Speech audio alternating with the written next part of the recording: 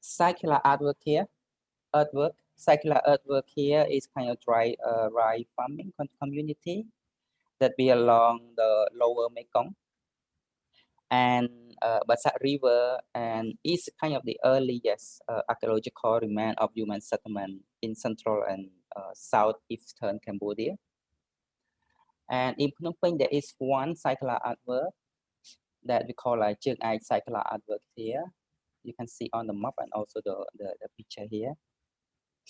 So so for this kind of event, we understand that Phnom Penh is not kind of new site that the king just like come and kind of planning from from nothing, right?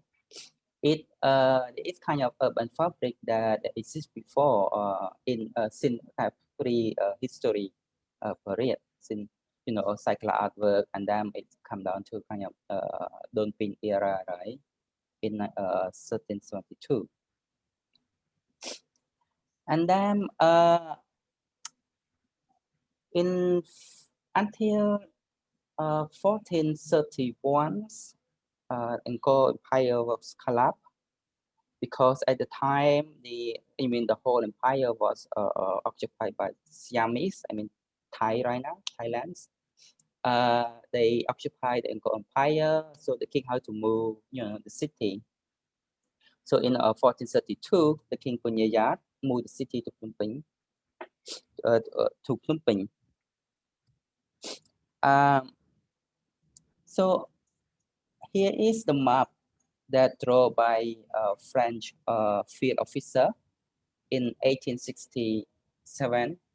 It means this map is kind of very early, drawn by France in kind of colonial period, because Cambodia under the colony of French in 1863, and this map was drawn in 1867. But however, what I want to show you is that this map is so clearly, or the original, city of the king of Punyayat. The original city of the king before the French colony, right? Because whatever you build a city, the city is built before the French come. And, the French field officer just draw this map based on what they saw at the time. So on this map, you can see here is Fort Phnom, right? The hill that I mentioned before. Around Fort Phnom, you can see up here on the north side of the city, you can see a lot of Buddhist monastery. You can see the red dot with a boundary here, that is a Buddhist monastery, right? Around Wat Phnom. It means Wat Phnom is become, the center power of religions at the time. And down to the south is the royal palace, and then they build a wall here that we call a royal wall, right, to protect the palace.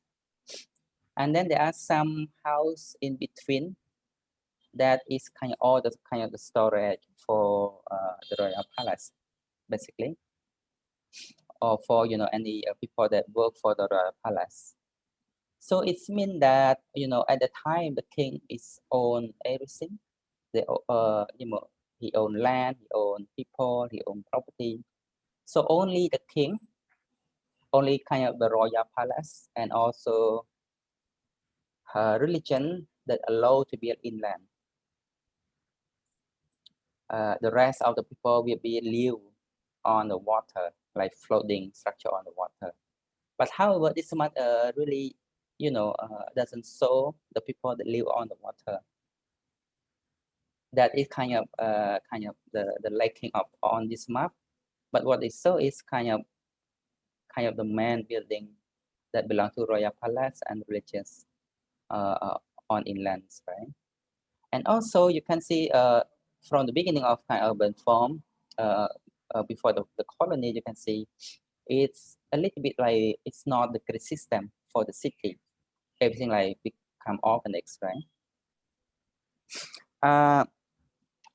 So, and this is the urban form for the French. And And this is the urban form in the colony period. So the French come and put Cambodia under their colony in 1863.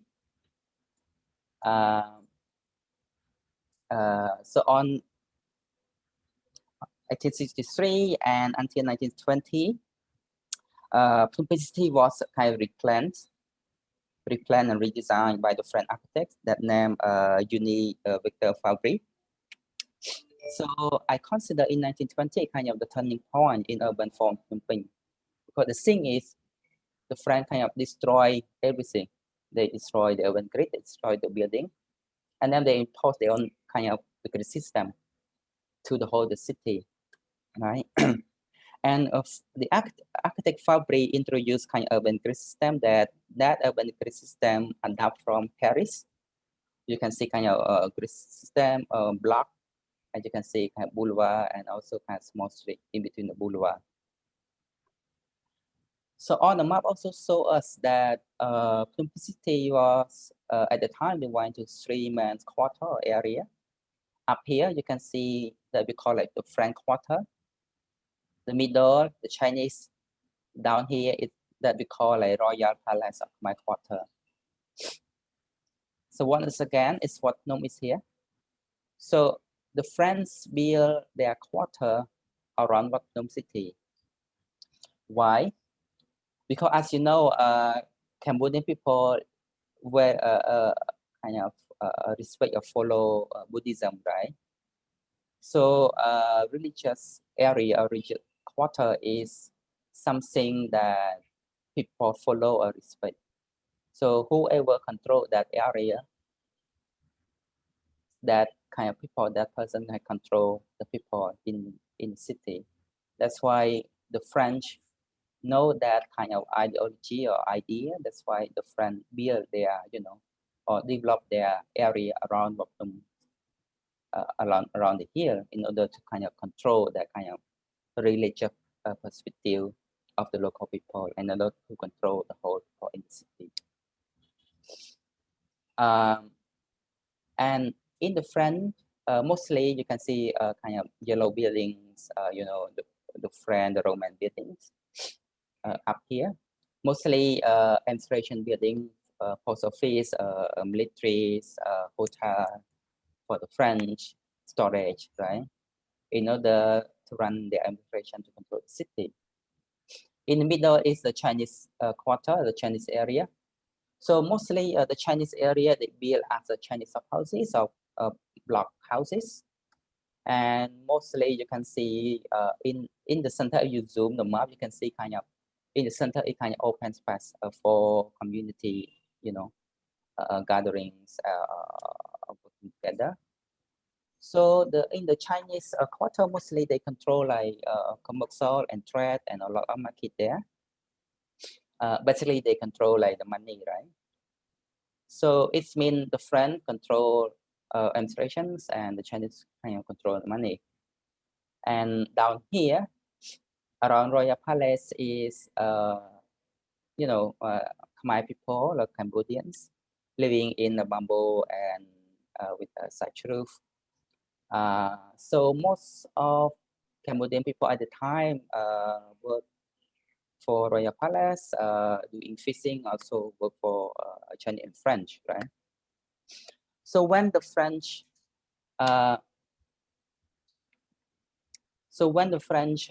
divide the city into three main category like that, I mean, it's very easy to control the city, right?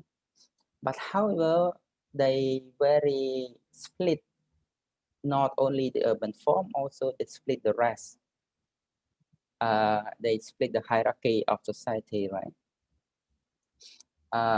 That is kind of the challenge at the time in terms of kind of designs.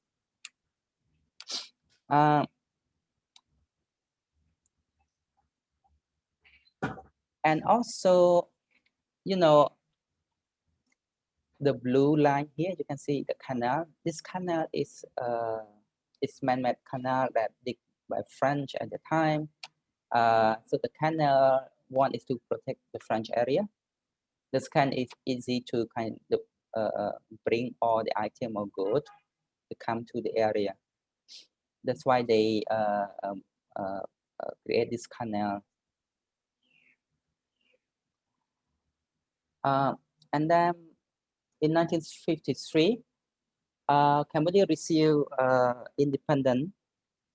So Cambodia kind of developed in many sectors, especially architecture and urban planning in the city. You can see, you can compare the map here. This is 1953. This is the map of 1960. This is the map of 1920. So this map is kind of, the grid system kind of continue from the front that you use kind of the block, block building, boulevard, and a monumental building as kind of junction between boulevard and kind of street, right? Kind of really continue from the colonial era. But however, the way that at the time do,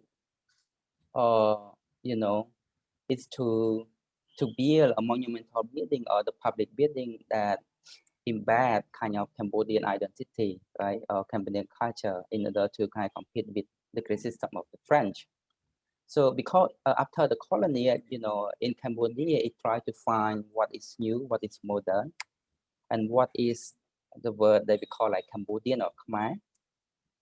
So we try to kind of step away from the colonial era or colonial ideology, but also we try to invent what is new. That's why you can see a lot of public building like university, stadium, monument, and public housing that embed with kind of Cambodian traditional culture, with kind of modern technique that available at the time, like concrete, right? Or a facade of the building, kind of like the box at the time in 1560, a very kind of modern movement.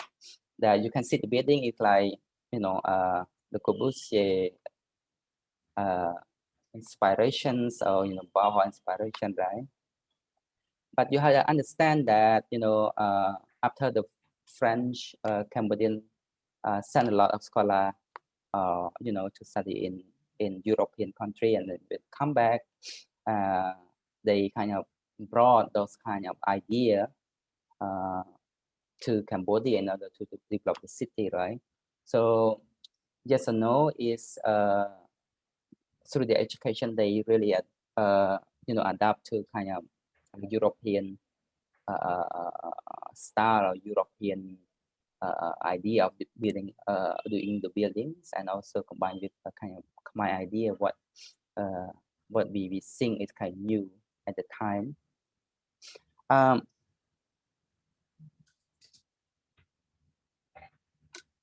And so at the time is the country controlled by Prince Norodom Sihanouk, with one Moluwan is kind of well-known Cambodian architect in the 1560s. So one Moluwan, he basically he the architect of the king, so he built a lot of public buildings and also monuments buildings, including here the stadiums, Basak Riverfront project, independent monuments, right? So these three projects are very important because if you see from the previous planning in the French colony, you can see the French plan around the Wat Phnom, right? Around here.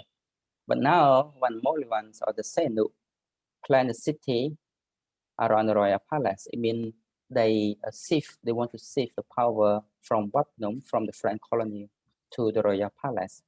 That's why Basak Riverfront project here is a cultural and social project, a lot of social housing, a theater and exhibition built in Basak Riverfront projects, and independent monument is a monument from the French colony. Olympic National Sport Complex is kind of the stadium, big stadium. At the time, the stadium is kind of comparable to kind of modern Angkor Wat, and that is kind of the give prize to Cambodian or Khmer people at the time. And this kind of city project built around the axis of royal palace. I mean, now the king of the royal palace control is not the French anymore.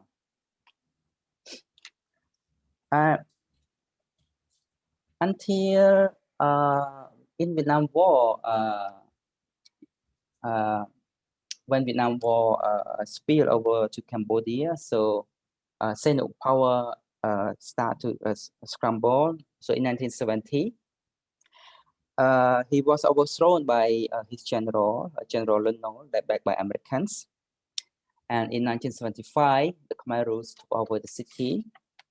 And when the Khmer Rouge took over the city, they kind of try to rewrite the history of the city by emptying the city fabric, by evict the people out of the city.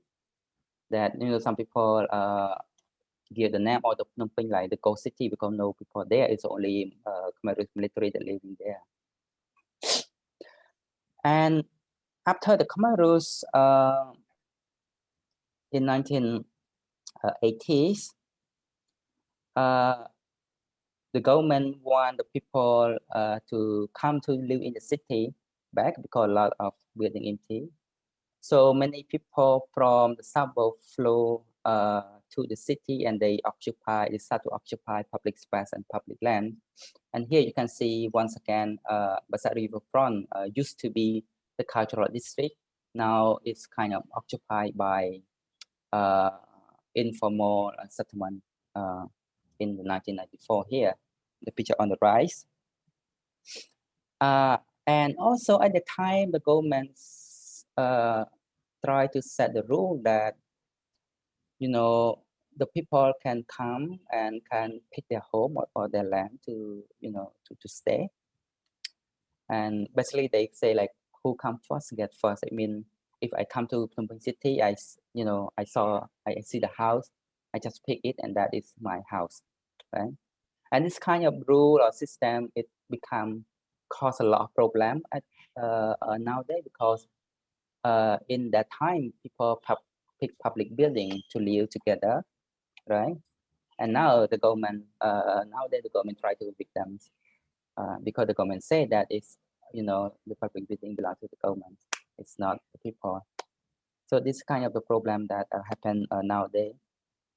So this kind of trend that we call like informality here is kind of happened after the Khmer Rouge from 1980 until kind of late 1990 or early 2000s. So and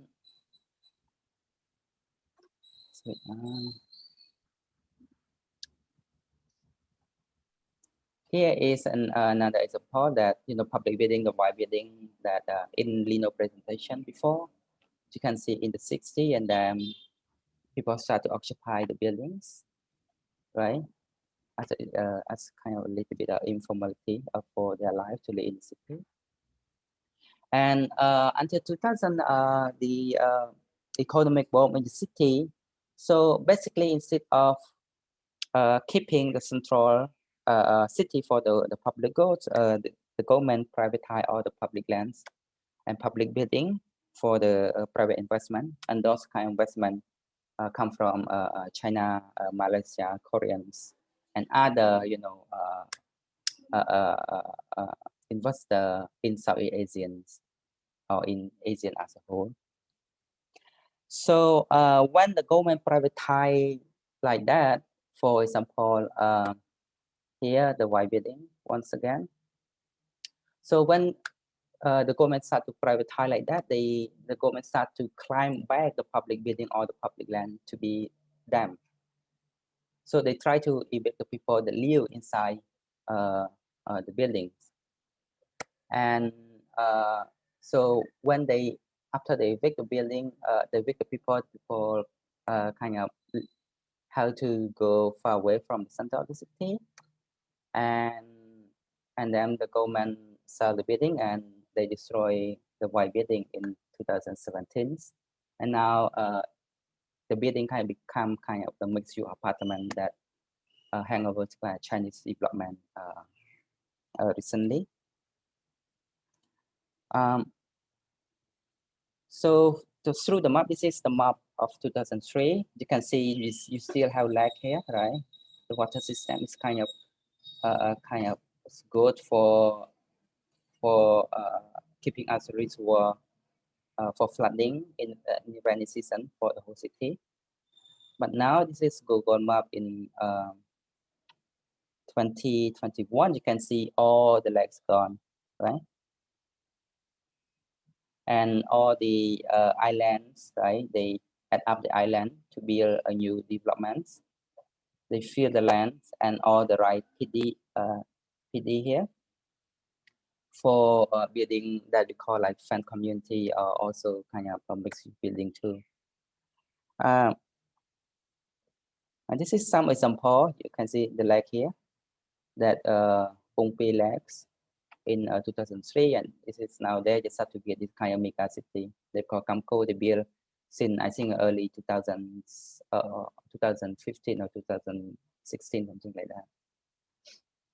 This is another lake, Chiang Ai Lake. It's now this is kind of future plannings, kind of mega city. And this is Bangkok. It's now they build this kind of projects. The white building I showed you before, it will be another mixed building including casino that we call a casino or Naga World Casino Street. And this is the stadium. You can see it around the stadium. The government privatized around the stadium, and they will build the shopping mall complex. And the stadium now is still exists, only kind of the building at the center here. This is this. The surrounding is what already privatized by the governments. I want to finish my present because Tammy, I want to finish my present for now. And if you have any question, please ask.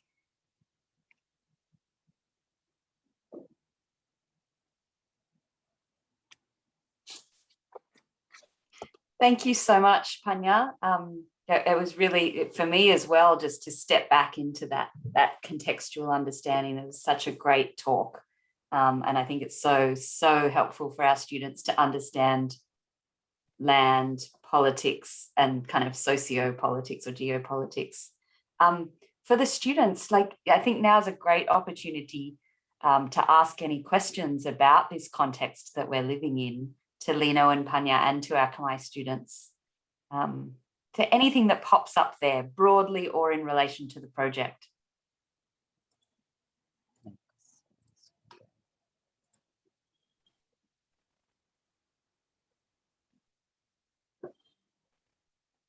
Questions? Things you didn't know, like maybe for all of our students. Is there anything there you went, oh gosh, I didn't actually realize that had happened, or that surprised me. That was kind of curious. I might have missed it. On the lakes, you've mentioned the lakes being filled, all of the lands being filled. What were the uses before they're being filled? Good question. Yeah. So this land was filled, and it's will develop as kind of mega city on the right here. Yeah. So basically, the government privatize, all the lands. But what were they used for before they were privatized? Yeah. So basically, if you look on the map here, you can see a lot of lake, right?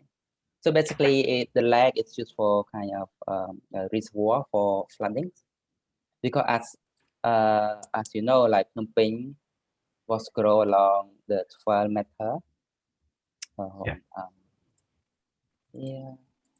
Right, 12 meter along the pitch here.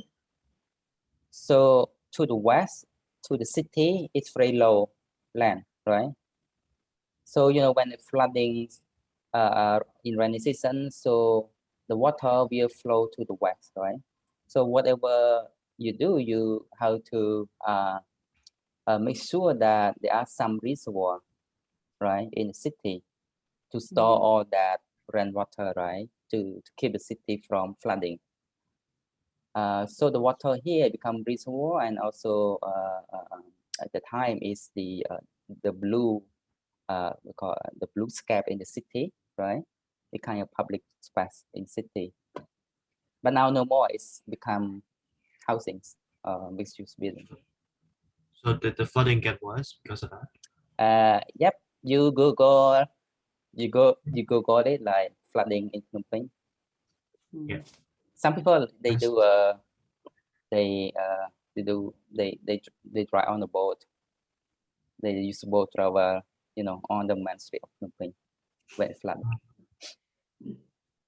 Also, before, there are definitely reservoirs for flooding, but how do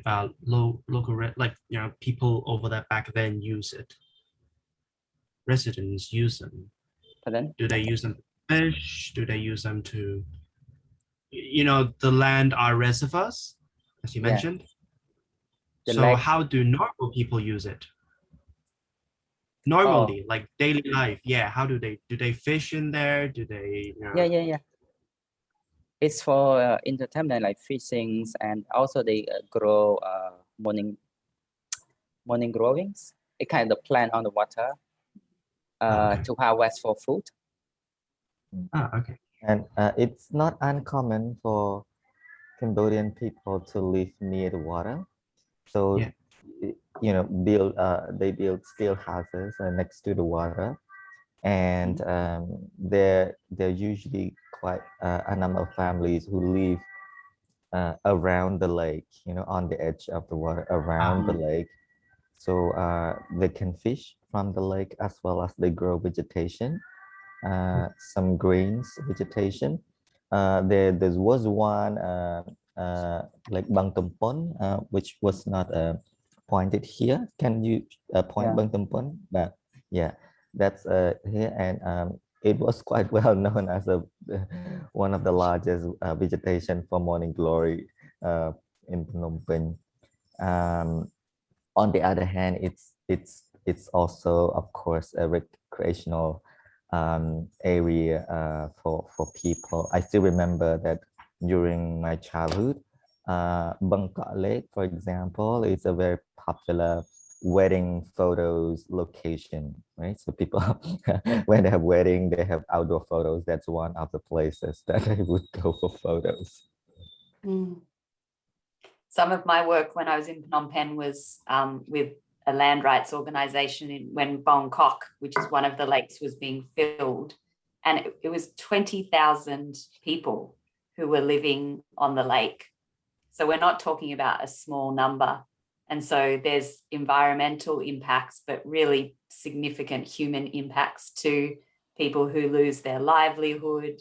They lose place for recreation, and they're then relocated at that time to areas quite far from the city that don't have power and access to water. And, I mean, this is not, are these issues familiar to anyone else who has grown up in Asia? And not just Asia, really. I mean, the same thing happens in Sydney. It's just that we put on a smiley face and pretend it doesn't happen. Is this like, Erica, you grew up in Singapore. Is some of this familiar? It's maybe more covered by the government there, I think.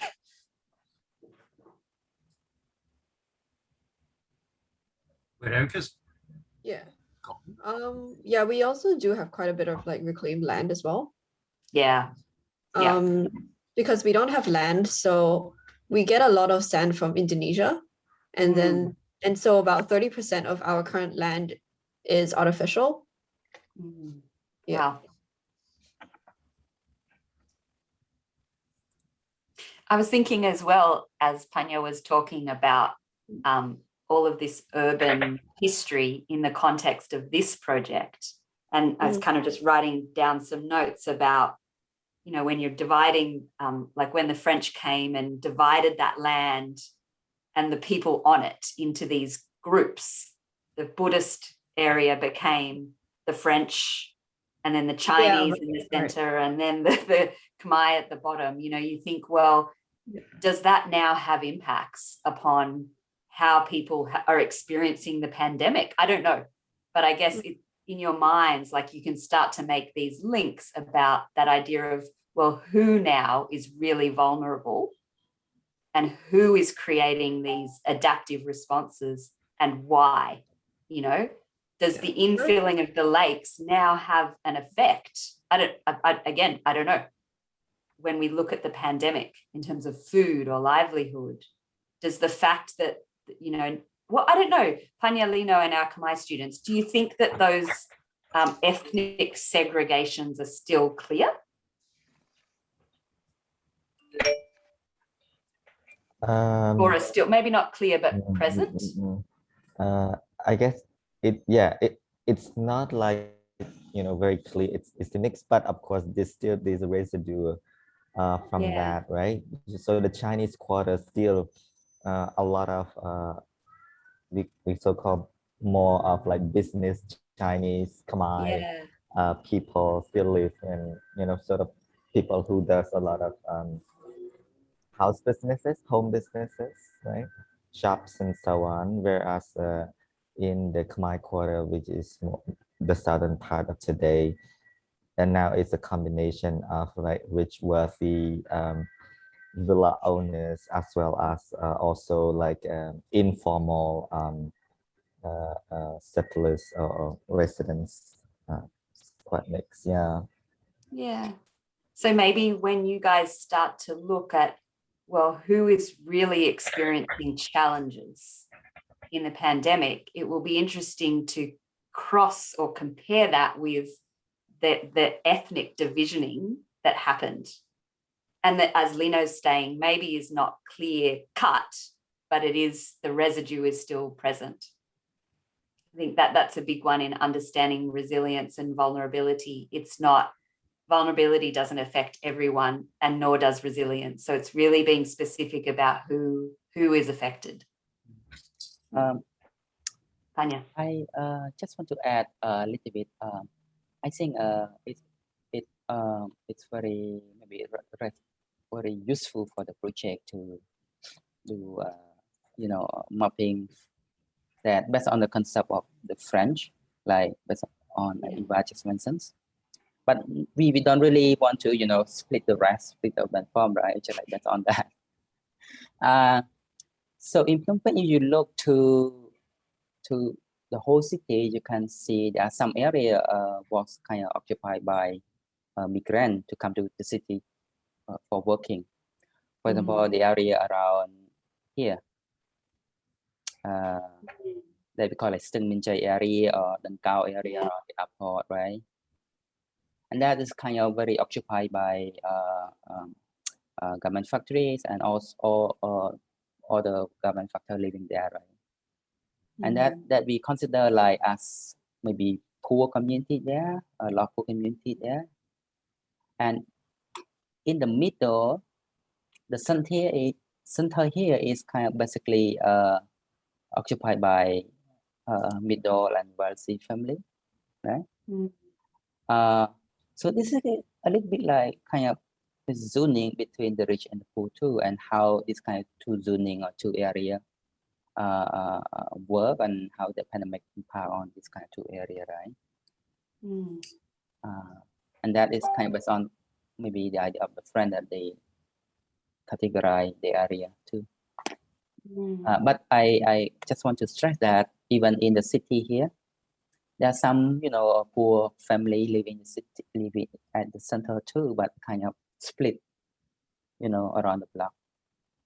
Yeah, that's a really good point. And migrant communities, and maybe that's where we were really keen to have Cambodian students working with our UNSW students, because some of that, what do we call it? Like nuanced understanding of the city can come from your experience. And so we're imagining that even though you can't go out and take, you know, Luca out to Stung Min Chai, you can share with him your lived knowledge of it. And we don't expect that, you know, you're scholars of migrant communities in Phnom Penh, but living there, you have knowledge. And what we're hoping is that these partnerships and teams can be a way to share some of that.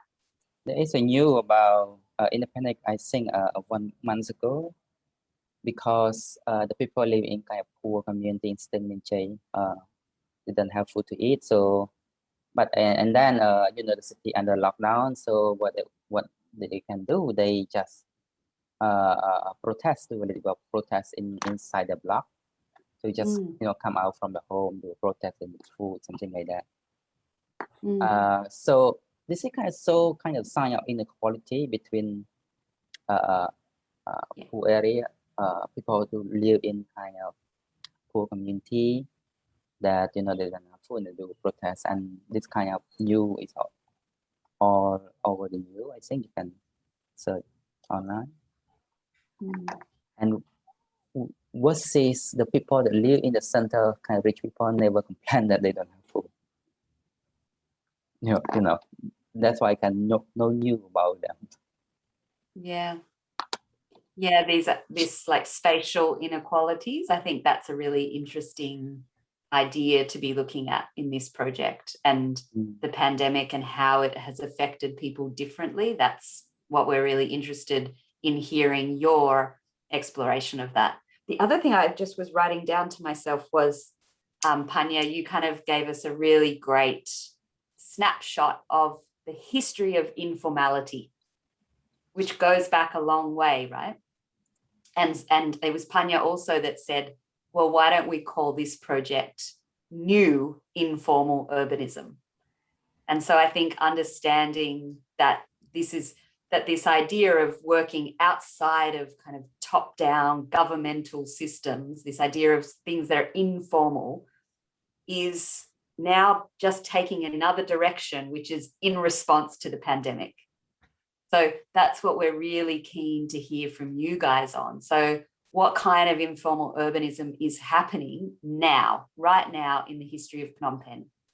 And some of the links that we've been trying to share really touch on that idea of informal urbanism, which is becoming a much bigger part of architectural and built environment education. Is it something that you guys have heard about before? I mean, I'm interested because we could do a talk on this one week, maybe. This idea of informal urbanism. Yeah.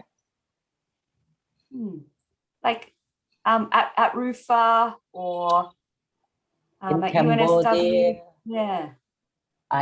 In Cambodia, it's not really popular to do urban design, urban research, urban planning presentation or lecture. So I guess it kind of lack of that side in Cambodia, but maybe Cambodian students they know. I think they know about informality. Goes through the Phnom Penh and maybe through all the media, internet presentation on internet. Yeah. Okay. But also, what interesting that Eva just picked up is the word new informality is new informal urbanism.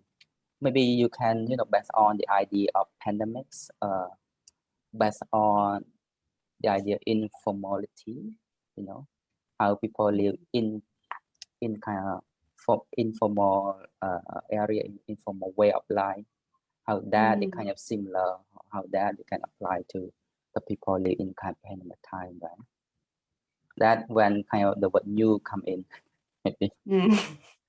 Yeah, that's a very interesting point because I think this is critical and it might help a lot. Like it will have plenty in terms of the way you look at your research, because if you sort of pay attention through this genealogy of the Phnom Penh shifting from one era to another, you kind of take informality as a nature, sort of go hand in hand with the systematic urban planning. So if you take that as sort of like a what we say is a coupling of these the systematic but also the informal is always come hand in hand. Maybe it helps the way you look at it now when people respond, for example, during the pandemic, what kind of informal, which actually quite resonating to what has already happened in the practice of the people, through history. So just like one simple example, like markets, no? So, okay, we build markets, but if people has been used to you know, from the village to whatnot, that they set up market informally just on the street. And so when the so-called public market or when they close, people move to the streets, right? Or even where there is no such of like formal market built, people just build themselves through this informal market on the street, or we call sakramuan, a wax market, we say, because it only exists in the morning and it's finished by noon. So yeah, something like this, maybe it's useful to think about. Yeah, Lino is very pick on the important point between formality and versus informality. As you know, he mentioned, I just want to add that through history, you can see from the beginning, you can see on this map, like it's already system in place that formality is kind of royal palace and the religious area, right? And informality is the people that living on the water, right? And this is kind of, we have informality versus formality from the beginning through looking to the past. And also here too, right? Formality, informality, like formality, like the French and the Chinese, you can see a very clear grip, clear control, right? And then you can see the house in the Khmer area. You can see a little bit organized, right? That suggests a little bit like informality sense for the area. And until now, you can see once again, it's kind of informality system too. For example, when the government doing a lockdown, that is kind of formality, formal system that go in how to lock down, you know, people have to do distancing. And informality, like if people don't have food, they just come and do a protest. Maybe I just pick up kind of system, government system. So yeah, just look at that and just try to find out what this project about.